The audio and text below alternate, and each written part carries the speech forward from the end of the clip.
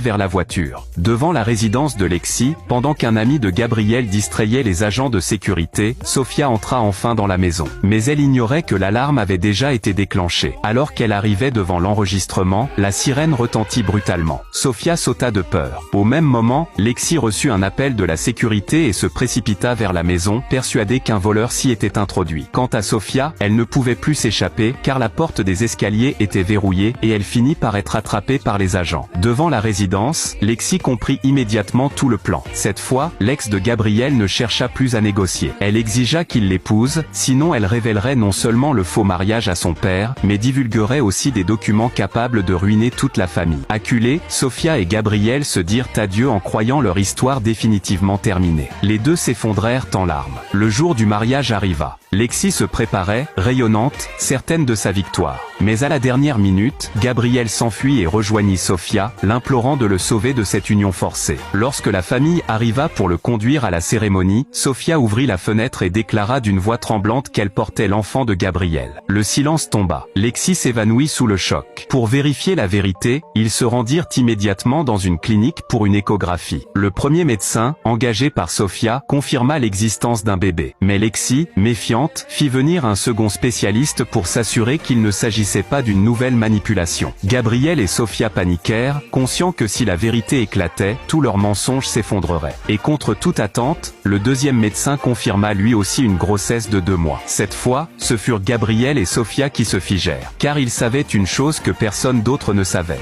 Gabriel n'avait jamais touché Sofia. Du moins, c'est ce qu'ils croyaient. Puis, comme un éclair dans l'obscurité, un souvenir leur revint. 2 mois plus tôt, après une nuit en boîte dont ils ne gardaient presque aucun souvenir, ils s'étaient retrouvés seuls. Et ce qui s'était passé cette nuit-là, ils l'avaient effacé de leur mémoire.